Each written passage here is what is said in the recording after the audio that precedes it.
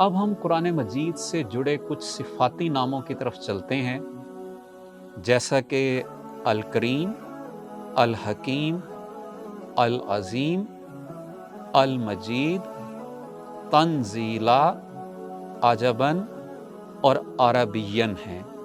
सूरह वाक़िया की आयत नंबर 77 है, इन्नहु लकुरआनुन करीम, कि बेशक ये कुरान बहुत बड़ी इज़्ज़त वाला है।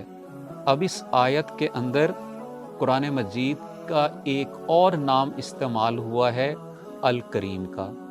और याद रखिएगा कि अल करीम अस्माउल हुस्ना और अस्माउल कुरान दोनों में शामिल है।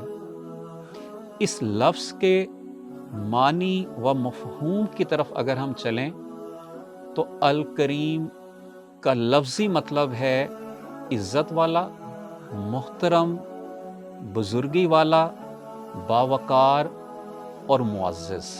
तो जिस तरह से हमारे दिलों के अंदर खुदाए बुज़ुर्ग बरतर की अज़मत अयां है, इसी तरह से कुरान मजीद जो अल्लाह ताला का कलाम है, उसकी अज़मत भी हमारे दिलों के अंदर मौजूद होना बड़ा ज़रूरी है। कुरान को इंसान जैसे जैसे पढ़ता चला जाता है, अल्लाह ताला उसके इल्म को वसी करता चला जाता है और वो शख्स कुरान मजीद के असरार व रमूज़ को समझने लगता है। तो अल्लाह ताला हमें कुरान मजीद की अज़मत को और इसके असरार व रमूज़ को सही तरह से समझने वाला बनाए। आमीन।